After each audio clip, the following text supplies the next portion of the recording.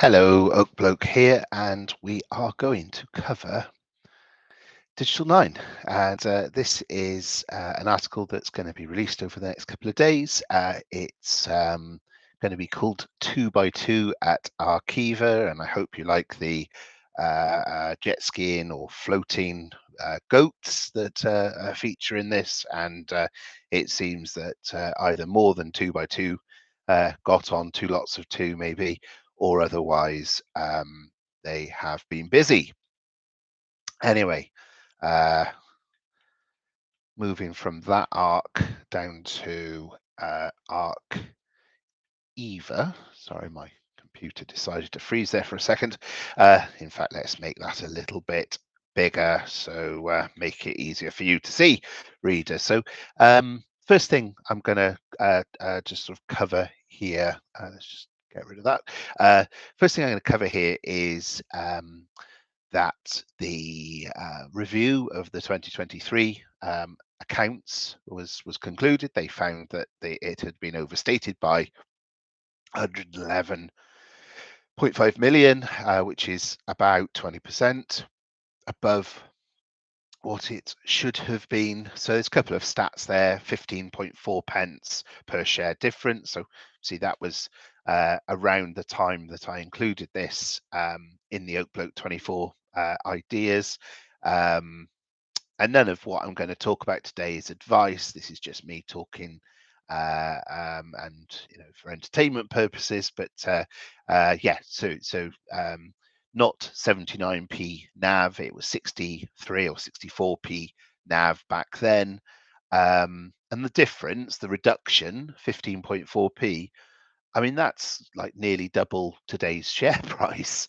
So quite a material difference. How did it get overstated?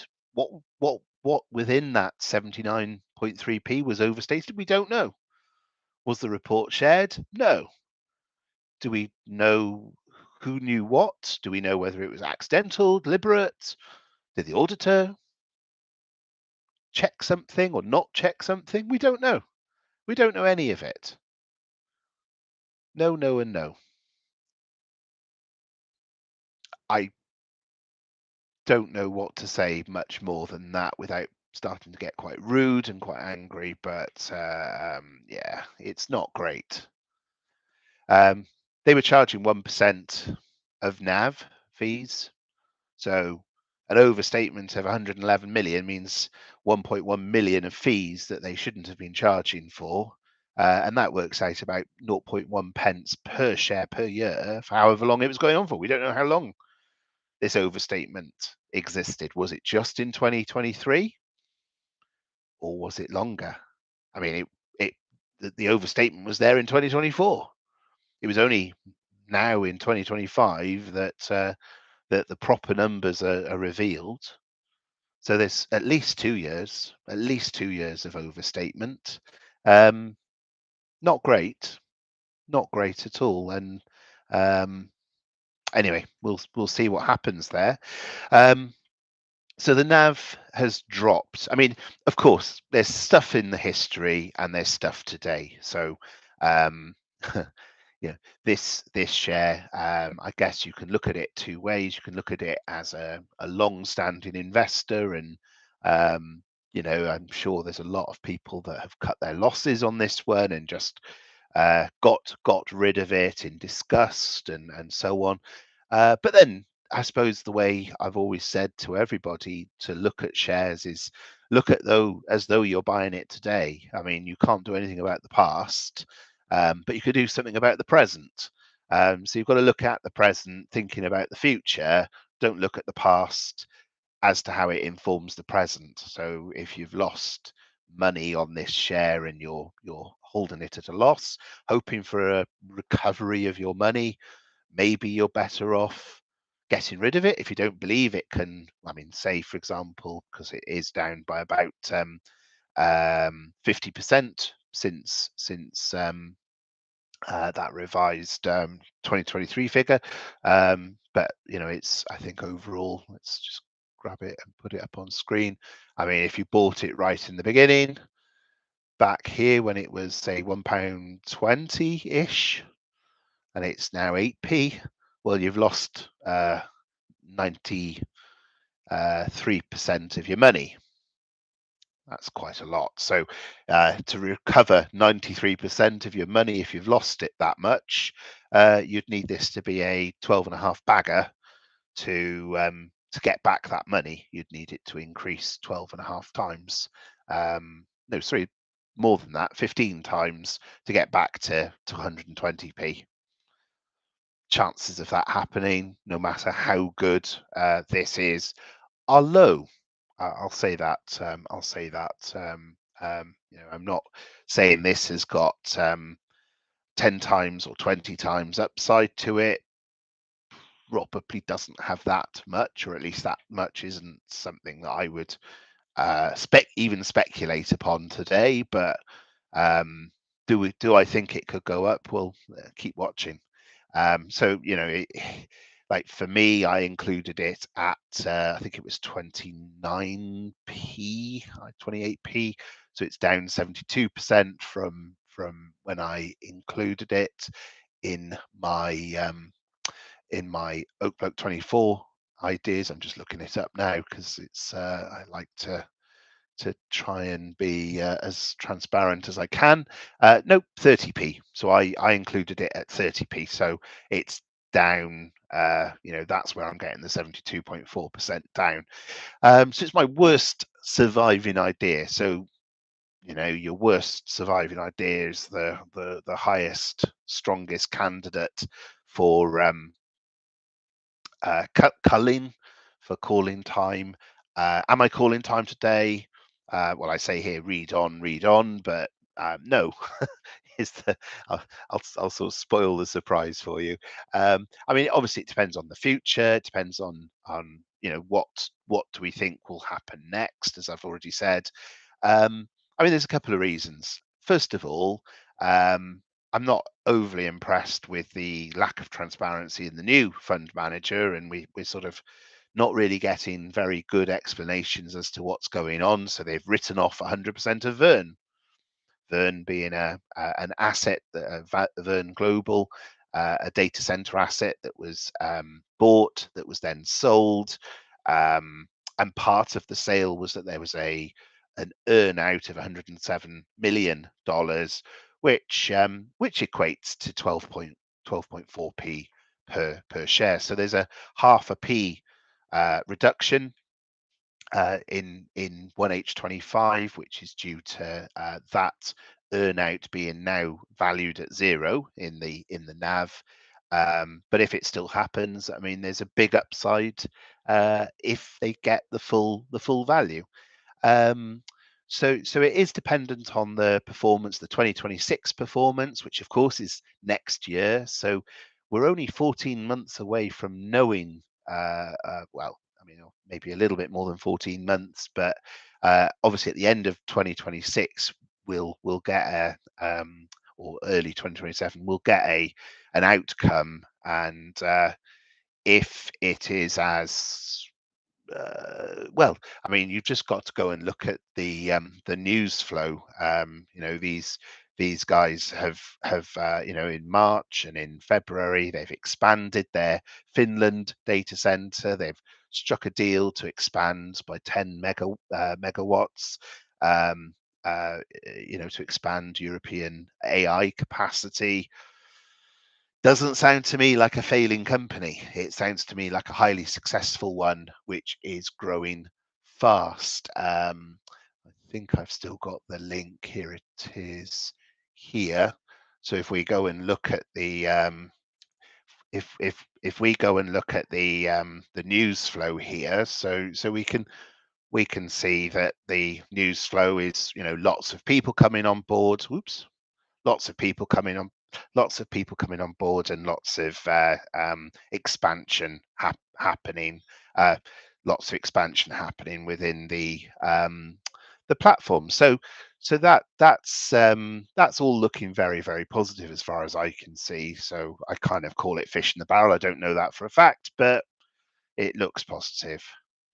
So we'll see. I'm also, I sort of spent some time disagreeing with people about the fact that Aquacomms wasn't as bad as as it was being made out, that having a transatlantic cable, having a cable, fiber cables and capacity between Europe and Asia was in fact very valuable, and so it has proved. Their profits are up 82%, is disclosed. Uh, Kind of as I anticipated would be the case, because I looked at the capacity, I looked at the business, and this idea that it was just going to continually decline made no sense to me. Made no sense to me whatsoever, and so essentially it was sold, based upon that profit level there. I mean, and I'm not saying that's the sort of pinnacle of what it can achieve, but it was sold at 2.7 times EBITDA, which is ridiculous. The company that bought it was itself bought a few years previous for 8 times EBITDA. It was bought for I think it was 2.1 billion. Who bought EMIC1 being the Aquacom's part of the business that connects Africa, Asia, India, and Europe. It's not disclosed, but I've got some ideas who bought it, and interesting to see that the company that bought Aquacomms has got cables that run as far as here, as far as Cairo. So, I mean, yeah. Well, you can join the dots or join the cables, can't you? It's pretty obvious, I think, who bought EMIC1, undisclosed. So anyway, yeah, if you'd sold both together, it would have been worth a lot more. What it was sold for was probably sold for like 2/3 off what it should have been sold for, and shareholder interests were not served. It's as simple as that. I mean, I don't necessarily blame the new investment manager, because it was presumably a done deal that they inherited, even though it sort of concluded under their watch. It certainly wasn't initiated under their watch, and um, it's a great disappointment. Even just the fact that there's 0.7p a share post period, in this current period, in the 1H25 results, because it was sold in dollars and the dollar has moved against the pound. So, your reporting currency is GBP. So if you're going to sell something at 2/3 off, I mean, at least sort of say, well, we want to be paid in GBP, or just hedge what you're going to get. Like, there's just lots of things that you just makes me want to become an investment manager, because I think I could do so much better. But who knows? Maybe I couldn't. Maybe it's just it's easy to sit at the edge and pontificate about other people, and less easy when you're in the driving seat. Maybe, who knows? But anyway, uh, yeah. There's not an awful lot of disclosure, not an awful lot of visibility. But anyway, I've gone through the Arqiva 2025 accounts. So a couple of things to call out. I mean, this particularly, depreciation goes to 125 million, more or less, in FY25. If you split that out into 6 monthly periods, you can see here, comparatively, period on period, year on year, it's more than doubled. Quite why, quite how? I mean, some of it is down to a one-off. So sorry, where has it gone? This bit here, impairment. I'm pretty sure this 11.9 is included in that 70 million. But that still leaves 58. And it's interesting because we also get disclosure of how much sustaining or maintenance capex there is. And the maintenance capex, as you can see here, here is 28 million. So 28 million of maintenance capex versus 70 million or 58 on an ongoing basis. There's a lot more depreciation being calculated than there is replacement capex being actually needed. So that makes me feel that depreciation figure is hiding some value there. it seems quite an aggressive number. The only explanation I can come up with is when you look at their policies, they say network products between 3 years and 20 years, maybe something like that. And yeah, when you look at their policies, you sort of think, oh yes, it must be that they've just bought more 3 year stuff, and the old stuff was 20 year, and so they're depreciating it far faster because it's shorter lifespan stuff that they've bought more recently. But yeah, we don't really get a proper explanation. I'll be coming back to the capex a bit later. The So that was sort of one thing to call out. The overall revenue was quite flat. The overall profit was quite flat. Some of that was down to one-offs from 2024 that's now recurring in 2025. So again, you could sort of say, well, there's an argument to say even though it's flat, it's actually positive because there's much more recurring revenue, and well, recurring revenue is potentially worth more than one-off revenue because obviously you've got to still sell it the next year. Whereas recurring revenue, as long as your customer remains contracted, which in the case of smart meters, well, they pretty much do, don't they? In fact, I mean, it's an interesting question because my understanding is once you've become a smart meter utility customer, you can't go back. I don't think there's a way that you can ring up your electricity provider and say, hey, thanks for giving me the smart meter, but I've decided to go back to unmetered. They're going to say, tough.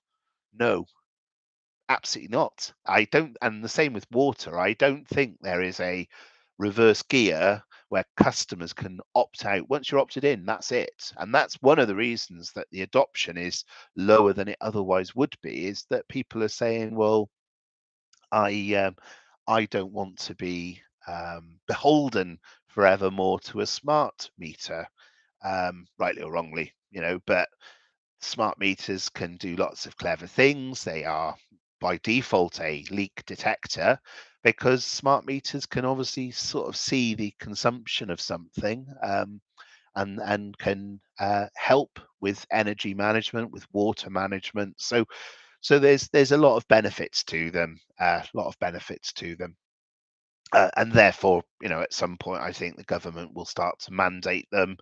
Um, well, we'll see what happens there. Maybe they'll focus on the digital identity first or something. I don't know. Anyway, yeah. So I suppose one of the things that I'm going to talk about later on is the market cap of DGI9 is 72 million. The growth capex that you see here, maintenance capex is 28 million. Growth capex is far larger. We'll come back and chat about that in a bit, but you can sort of see relative to the DGI9 market cap. I mean, it's equivalent to about 25% of the market cap. Yeah. So, you can buy a share for 8p where you're getting like over 2p per DGI9 share of investment, of growth capex. We'll come back to that in a minute. And that's sort of prorated as well. I mean, it's 4p a share, but half of it doesn't belong to DGI9; it belongs to Macquarie. So anyway, we'll come back to that. There is a one-off correction as well. So a small amount of 120 million. So it's not just DGI9 that's misstating things. Arqiva have as well. It relates to goodwill, and it came up due to so this one-off correction. So some of the bit that I'm talking about here is the 11.9, which relates to Cellnex. Now, actually, if you strip out that underlying or that one-off exception, the operating profit actually is 95 million. Here, 95 million, which makes it higher than 94 million. So it's actually an increase of operating profit. Obviously, not as high as this period here, where we had an exceptionally low depreciation. You can see it sort of, half of what it was in the winter periods, and it's 40 million less than here. So if this one was 40 million less here as well, I mean that would be 123, and that would be higher than that operating profit. So it's this depreciation number that I've highlighted in yellow. So the operating profit appears to be heading in the right direction, is what I'm saying. Obviously you've got to sort of make some value judgments as to what you do and don't include, and how much is run rate and how much is exceptional. But there's an argument you can make that says it's fairly flat, but it is growing. It's heading in the right direction.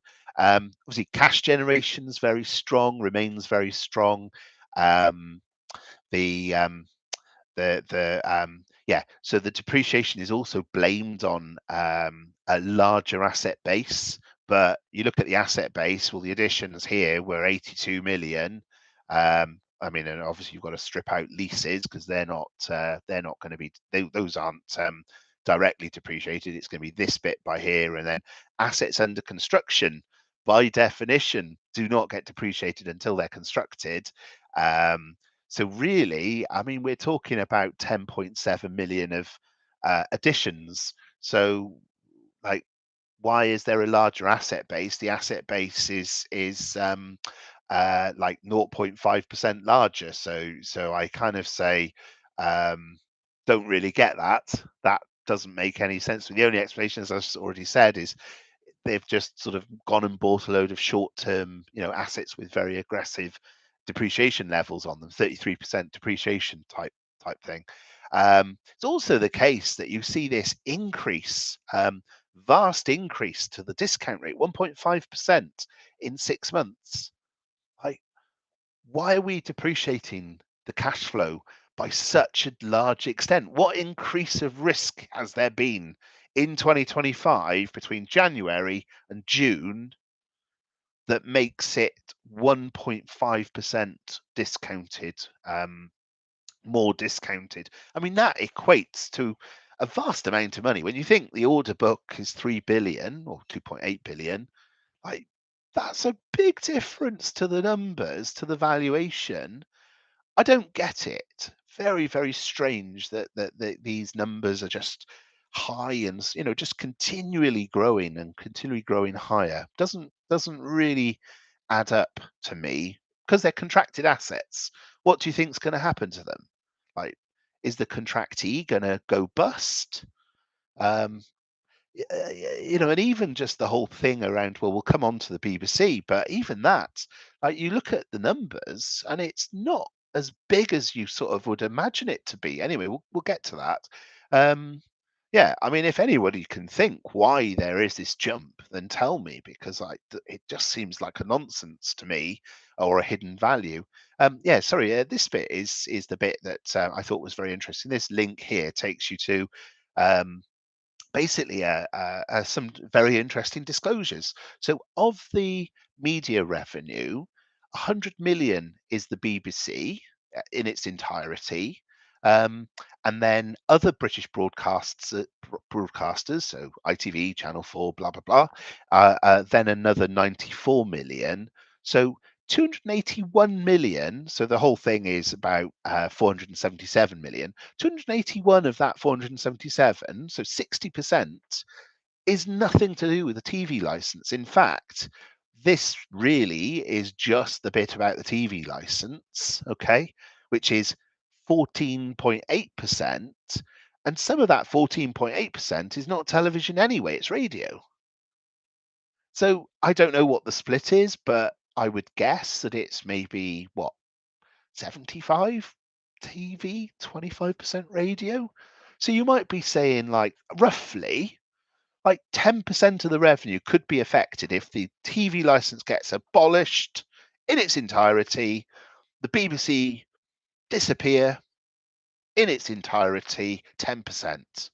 Like, to me, I mean, okay, that would be a painful loss of 10%, would obviously impact Arqiva, but it's not game over for Arqiva, far from it.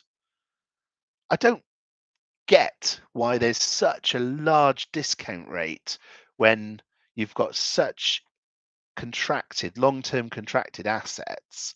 And Arqiva have got 1,500 sites now. Some of the sites are leased, some of them are owned.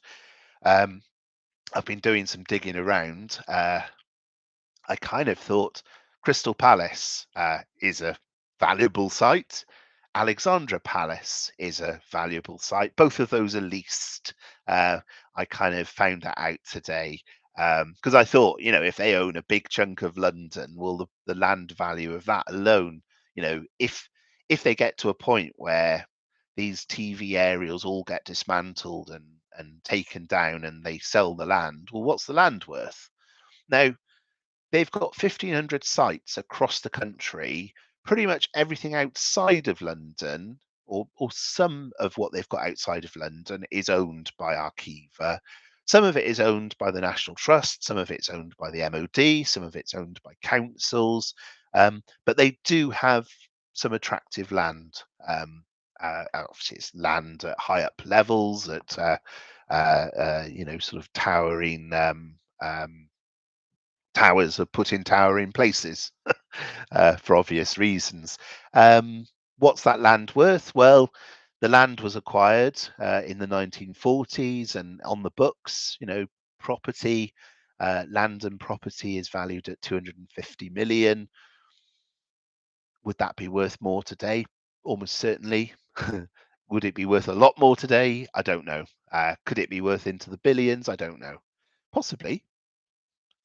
But yeah, all the obvious ones where I thought, oh, if they own a large chunk of Crystal Palace and they're going to dismantle Crystal Palace, because I know how big that mast is. I mean, it's ginormous, isn't it? I mean, it serves London and it's ginormous. I mean, would the government allow them to take it down if they said we're going to get rid of TV broadcasting, or would the masts have to stay? If they stayed, well, who's going to pay for them to stay? Because obviously, with high winds and all the stuff, I mean, Arqiva had to do 2,500 rectifications due to weather in the past year to its masts. So somebody has to pay to keep the masts upright, so to speak. Because if you just sort of close them all down, the weather would eventually knock them down, I guess you could say. Anyway, so this I thought was very interesting, that this kind of obsession or imagination that the fortunes of Arqiva are intrinsically tied to the fortunes of the BBC. Not so much. I mean, obviously, yes, if the BBC lost their TV license, I mean, they would either have to go for advertising or they would have to go for subscription charges, like to sort of do 10 quid a month or something, like like Netflix do. The BBC would also be selling their content as they do today.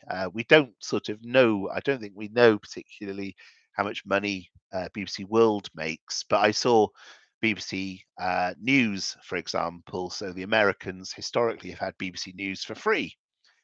In fact, the whole world has had BBC News for free. If you want BBC News, you've got to pay for it abroad now. Apparently, it's no longer free. It's no longer free. So they've become progressively more commercial in their approach. Which, but yeah, there's not this great huge dependency on the BBC and on the TV license that I suppose a lot of people assume that there is. When you look at the numbers, it's far more broad, and not dependent really on, and obviously radio as well is complete separate from all of that.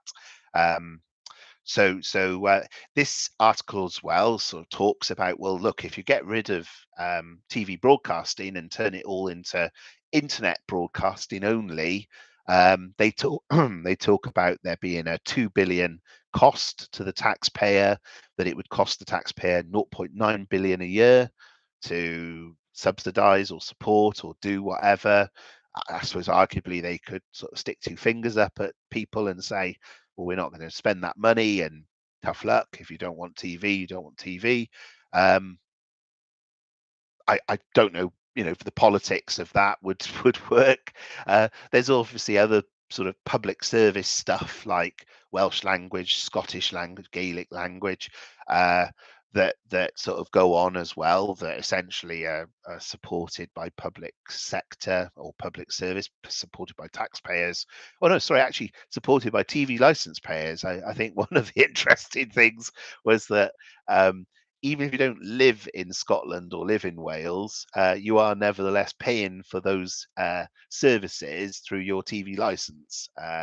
So, um, yeah, I don't know how much. I not bothered to go and dig into that particularly, but I don't know. I imagine the those services must cost into the many millions each year. So, uh, and they're fairly niche services. I think the number of Gaelic speakers is maybe a couple of six figures, and I think the same for the maybe the Welsh language. It's only about 10%.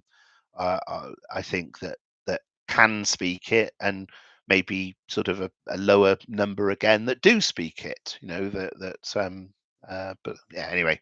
Uh, so there's a lot of news coming out of Arqiva, and deals with Viasat. Its order book deals with the New Zealand national broadcaster Cordia. So lots and lots of progress. They've developed a new product called Cloud Playout, which is the first product that's not called Arc something. um, and it's basically an IP delivery at broadcast quality. So kind of included in that numerous languages, numerous subtitles, the ability to scale to different numbers of viewers.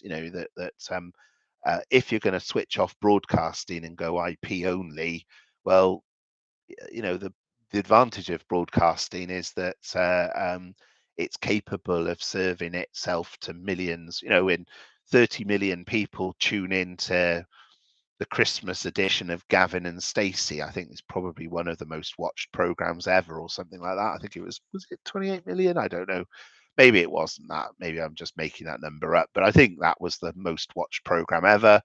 I mean, to have 28 million people all do the same thing on the internet requires some pretty chunky technology and pretty chunky server burst capabilities to support that. So it's actually a lot easier to do it using television broadcasting than IP. So it seems to be positioning itself well for the internet age, where these kinds of products are going to become more important. Do they have a monopoly on it? Probably not. I would very much expect there to be other products available from other countries and companies, but none of this is in the price. Is the point that I'm making, and that the value of their IP, the ability to distribute 700 channels on 40 platforms, including Apple TV, YouTube, Amazon, Rakuten. I'm not sure how you pronounce that. It's Japanese, isn't it? That they're working with Sky, they're working with Freeview. I mean, they're winning deals. This isn't sort of stuff where they've gone and invented a load of stuff and it's kind of gone nowhere. It's being used by very big companies. This targeted, this arcads targeting. I kind of make a little point here about, if you read the Oak Bloke, you might get adverts about trees. Hopefully not, but if you do, then don't blame me. It's this idea of personalizing media in a way that's not been possible in the past. But they're also sort of working with migrations to cloud-based video on demand for Hearst. So lots and lots of things going on. See, I've updated that elsewhere, so I'll get rid of that. Moving on, I mean, there's obviously this thing about the BBC is going on, and there's going to be an adjudication on public service broadcasting. Just coming on to this, so I talked before about 2p per DGI9 share. This 37 million. One of the things I would say is this Ofwat PR24, which is now I think called AP8, um, is there's obviously a lot of news flow going on in the water sector as well, which is all very, very positive as well. AMP8. So all of that is positive. There's also this around sewerage and sewers that I think is very interesting as well. Because again, this isn't a product that I'm aware of that lots and lots of companies are trying to get in on. There's more companies trying to sort water leakages than there are people trying to sort sewerage leakages. And sewerage is actually sort of, when you look at AMP8, it's as much part of this 105 billion as it is to kind of stop the leaks in the first place. They're both sort of part of that 105 billion of spending, or of planned spending in the next 5 years. So when you've got a potential product for a 12 billion, now it's 12 billion specifically for stormwater, and then 5 billion for others, so potentially 17 billion. I mean, that if they get a chunk of that, that is going to sort of really change the fortunes of Arqiva. Don't know that they will, but they say in their FY2025 report that they are trials are progressing well, is how they describe it. So we'll see. I think what's very interesting is when you tot up the growth capex. So I'm sort of talking now specifically about this green chunk here. Okay, growth capex. Okay, so I'm not talking about Project Restore. I'm not talking about maintenance capex. I'm talking about growth capex. You kind of fall off your chair when you realize that over 6 years, so since FY 2020, they've spent 268 billion, sorry, not billion, only kidding, 268 million pounds on growth capex. Now that is 2.67 pence per DGI9 share per year. That is 16p per DGI9 share. It's double what you can buy the share for. Now, has that money got wasted? Has that money kind of gone towards product development that's waiting to pop out? Sewerage management, these arcades, Arcplex, and the cloud burst product, cloud something product. Like, have they spent 268 million on those? I looked up because I was curious. I looked up how much Ondo InsurTech had spent, and it was like a couple of million. I looked up Chubb and their water leak technology. It was a few million. So I was scratching my head thinking, well, what have they actually spent this on? And, like, where's the results of this? Now, like, you can look at it two ways. You could say, well, they've just gone and wasted a load of money and not got anywhere. They've spent it, but it's nothing to show for it. Or there could be that they've got all these products that have not yet sort of got commercial traction, but they're sort of getting there. I mean, the news flow when they've got deals with Sky, deals with Freeview, deals with 40 major media companies across the world. Like, are they on the cusp of something here? Like, you don't go and spend that amount of capex. And this is the next thing. I mean, I've got absolutely zero faith in the capability of the previous investment manager to have made sure that like, when they look at the 6 years of accounts, that they've spent the money wisely. Now, like, not being funny, but if I owned half of, well, I sort of do own half of this because I'm a shareholder. If I own half of something, I'm going to make damn sure that if they're spending um, sort of 35-40 million a year for 6 years, that I'm going to say, well, what have you been spending this money on specifically? Show me the results of all this money, because that 268 million could have come to me as dividends. Like, I'm letting you spend this on growth capex because I'm expecting you to be able to increase your profits. I mean, like, where is that in the price? Where is that in the 8p, 8.25p per DGI9 share? Nowhere. Nowhere, nowhere, nowhere. Now, as I say, you can either conclude, well, that's just money wasted, or you can conclude uh, it's gone into these two lots of products, because you can sort of see half of it's gone one way, half of it's gone the other way.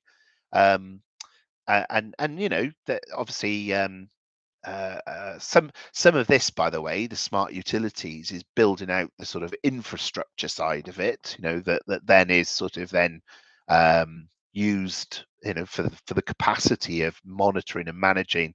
So you know, if you go and build a load of cell towers or Wi-Fi repeaters or something of that ilk that manages the comms from these smart meters, because obviously these smart meters are all talking back to a moon base somewhere. And when I say a moon base, it's obviously the utility provider or the energy provider. And the way it works is there's a national network that's a non-government, it's run by a non-government body called DCI, I think it's called. Confused, oh, DGG, I think it is. That is a non. It's sort of a government body, but it's a sort of a like a quango, I guess, possibly is the best way of describing it.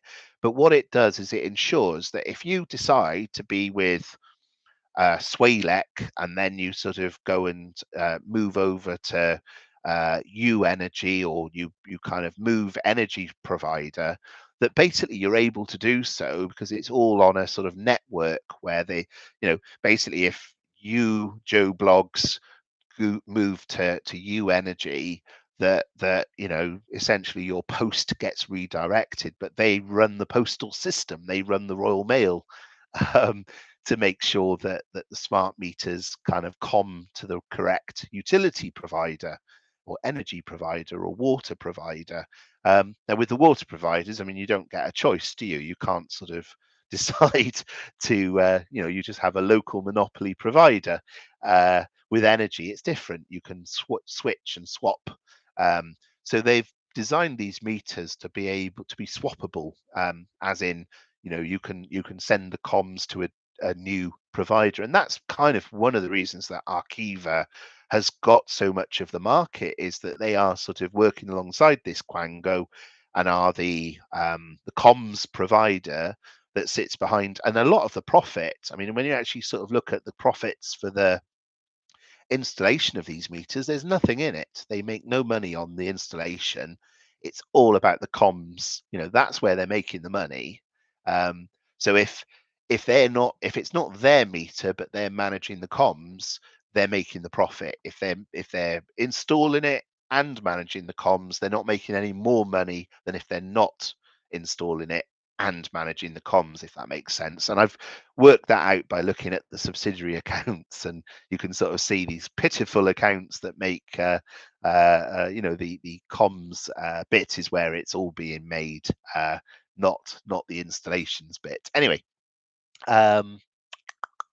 yeah, so that's a lot of money. There's a third explanation. Those are sort of the reports where I got that data from. So just didn't sort of make these numbers up. These have come from the annual reports.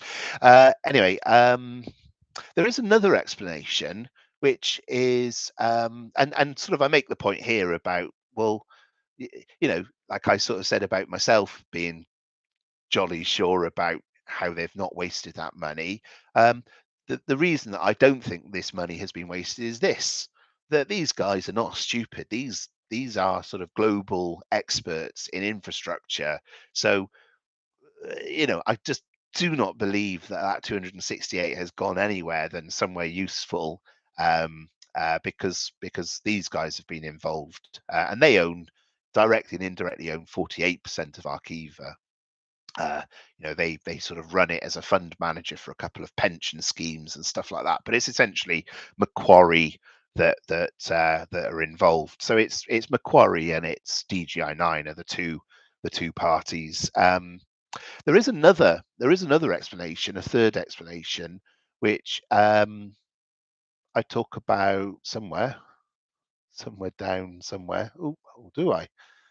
This this GPS system could be the other explanation, that the money's kind of getting funneled into that.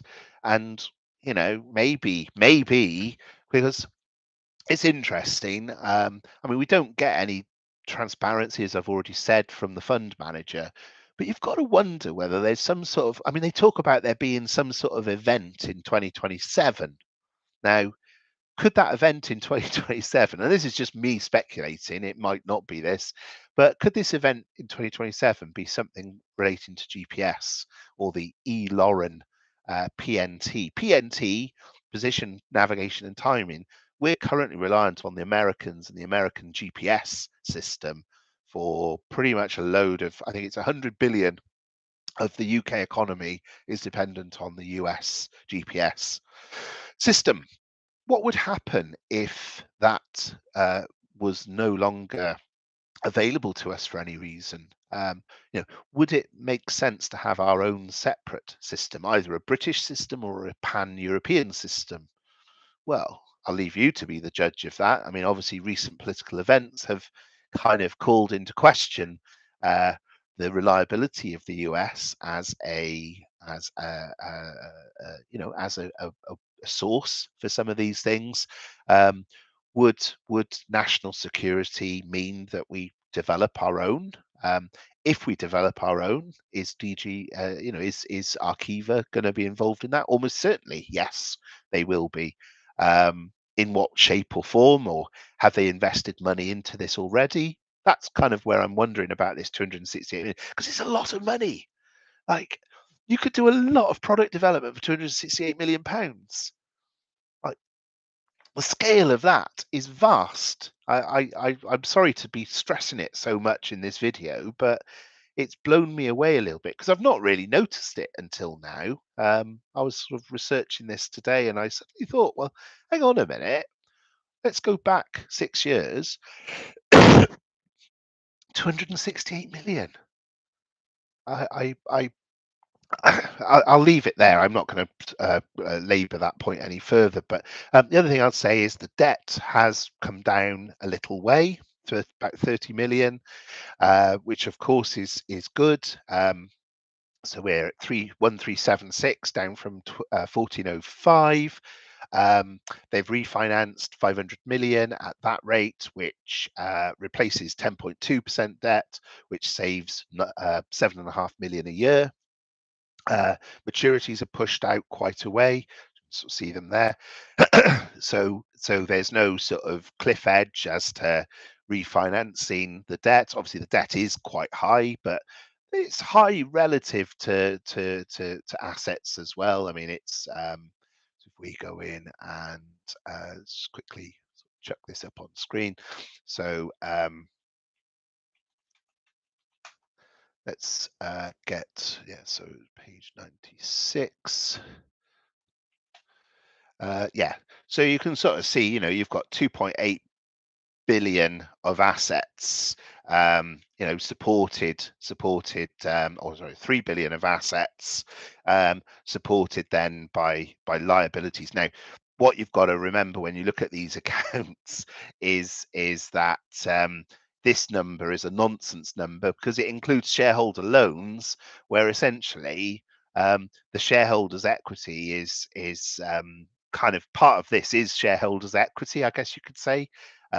So some of this and some of this is all going to be, it's all muddled in together. So actually, you'd have to go and strip out the amount that is the kind of self-referencing loans is probably the best way of describing them. But 3 billion of assets, and that is 1.3, or that is 1.3. So 1.3 on what, 7.8. So there's 6.5 of nonsense. Okay. So that actually means that shareholders' equity is you can sort of see here shareholders' equity is minus 6.5 billion. But when you've got when you've got sort of 6.5 of nonsense hidden in there, shareholders' equity isn't minus 6.5 billion at all.